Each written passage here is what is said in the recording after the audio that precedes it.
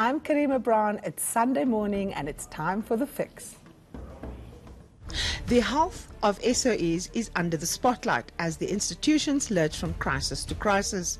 The mandate of these institutions are also up for discussion as the state tries to recalibrate them after they were plundered by state capture.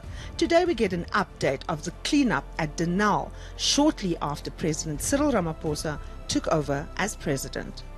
Then we look at the standoff between the erstwhile SARS boss, Tom Moyane, and our head of state following Moyane's threat and deadline that he will take his fight to the apex court in the land. Then we look at what's leading the Sunday papers and what's likely to dominate the headlines in the week ahead. The Fix starts now. This is The Fix, where every Sunday morning, without fear or favour, we question the big role players. We look ahead to tell you what matters, how it affects you, and why you should care. And as always, I'm joined by my sparring partner, Peter Bruce, Sunday Times and Business Day columnist. Peter, hi, Karima. You are a very happy man because I'm very happy man won because at the Rugby. I waited up late. I saw the whole game against France. We were about to lose. We'd gone into extra time. You know, the little red thing comes up with the time left on it.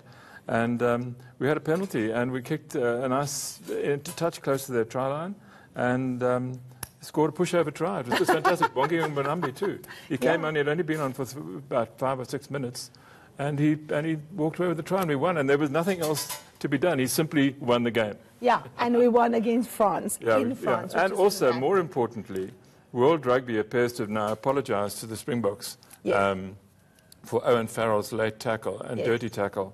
So a good day all round for South Africa. In the game against England last week. Yeah, apparently this ref, the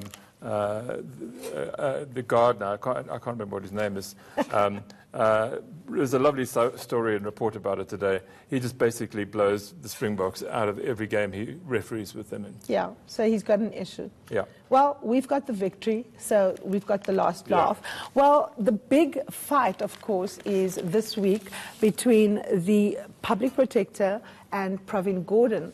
And, of course, it's got everything to do with this idea that Pravin Gordhan still has to answer a case for the so-called rogue unit, a charge that was brought against him, dropped against him, and we see as late as October 2018, Peter, this actually still happening. Well, what's weird about this particular thing is that Gordhan was charged with this. You remember by Sean Abrams on, I'll tell you now because I wrote it down, October the 11th, 2016. Abrams announces the charges, right? A couple of days later, on October the 14th, Thuli Madonsela retires formally. She leaves office as public protector. On October the 31st, Abrams withdraws all the charges because they're simply unsustainable. The charges that I think it was Opar Magashula, the former SARS commissioner, and Pravin Gordhan as finance minister had allowed Pillay to go on early retirement illegally, and he hadn't. Because it was acknowledged, etc., etc. After that, somebody complains to the public protector, and she is now picking up on that complaint. A complaint that the courts actually dismissed. The courts dismissed it. Abrams dismissed it as being completely unwinnable, or even unpresentable as a charge. In fact, Freedom Under Law argued that it had no basis in law. No. There was no law that was being broken. So this fellow who apparently works, and I can't remember his name, I'm sure you've heard of Lebogang Hoveka, who works now in Deputy President Mabuza's office, used to work in Cyril Ramaphosa's office, quietly wrote this complaint to Madonsela, but he waited until Abrams had withdrawn the charges. He felt that they still needed to be examined. And he's very self-righteously written, or he's written a very self-righteous press release about how he thought he was just doing his duty and all that, which is, of course, complete nonsense. He had clear evidence that, the authorities, people who really were gunning for Gordhan, didn't see any merit in this case. But he pushed it along anyway.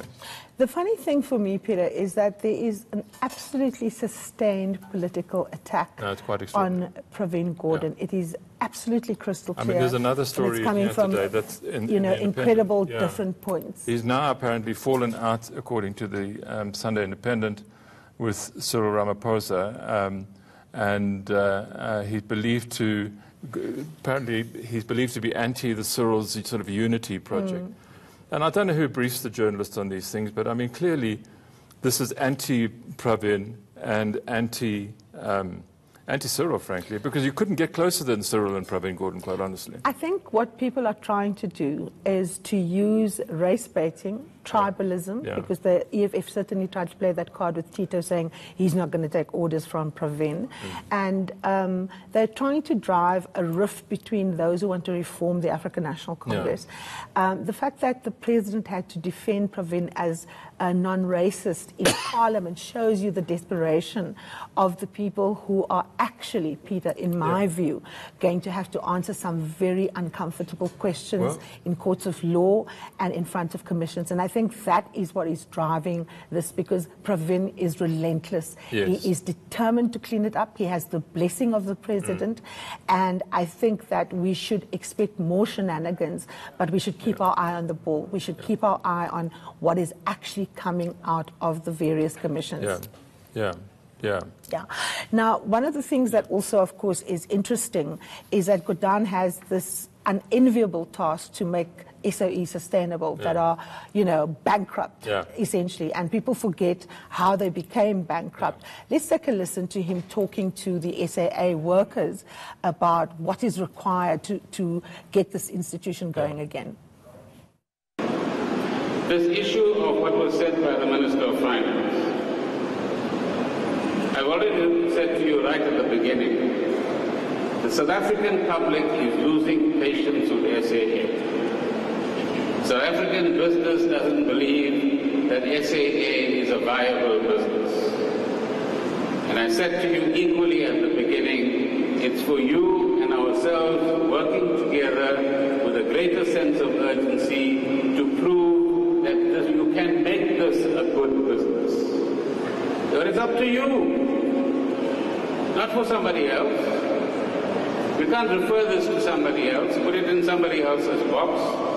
We should be spending our time in meetings like this, coming up with new ideas on how to do things differently in order that we make this airline a success. Not moaning about the past only.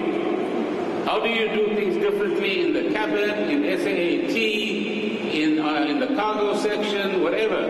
How do you make more money? How do you attract more passengers?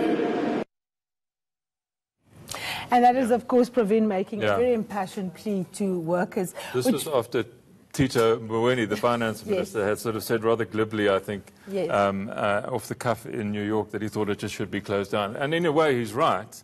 But Pravin has got a point, it costs a lot of money to close down an airline for a start.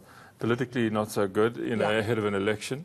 So it's a really tough call, and I thought he was very good in that clip, actually. But I also think, the Twitter so-called meltdown that we saw of Tito Mboweni, I read it, and Sanef has kind of taken issue with it. But I think what the journalists are missing here, and I think the finance minister is absolutely on the money, is that they're not saying different things. They are saying essentially these institutions are so plundered, they are so dysfunctional, they are literally bankrupt, they can't actually pay salaries, that we cannot afford to stick to orthodoxies. Obviously, they developmental agendas with these SOEs, but you can't develop anything if you don't have a cent in the kitty. And so essentially, they are saying, let's be open, let's talk about what is going on. And I thought it was really interesting that Tito Mboweni had to remind people of his warrior roots, about how government can fight. But I think what one requires from journalists, and particularly political economy journalists, is a little bit maturity, a little bit more nuance as to what people are saying. Sure. I mean, he needs to be careful about social media. You don't want to get into the same kind of trouble as Helen or Donald Trump or or Vavi. or Vavi.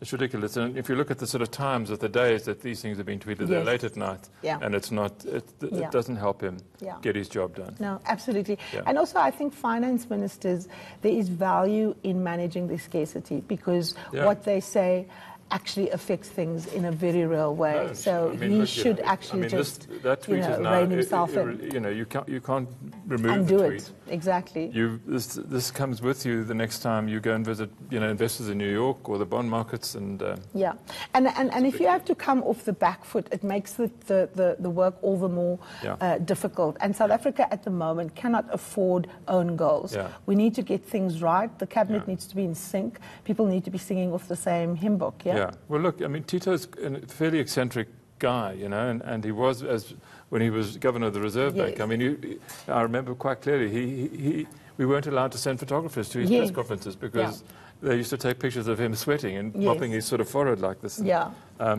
So he's, you know, he's got his kind of eccentricities, but he shouldn't let them, you know, become the defining thing about him.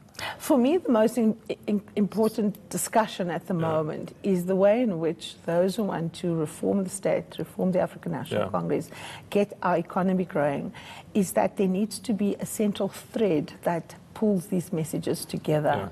And I think that is a weakness, I think, in the communications of the presidency, because you know that they are all dancing in tune. People enter the debate with different emphases, and then of course it gets blown up because we have a very cardboard, mechanical approach to some of these things. And I think they can do better at their comms, don't you? Well, they should do a lot more to actually physically together, you know, in the same room. Absolutely.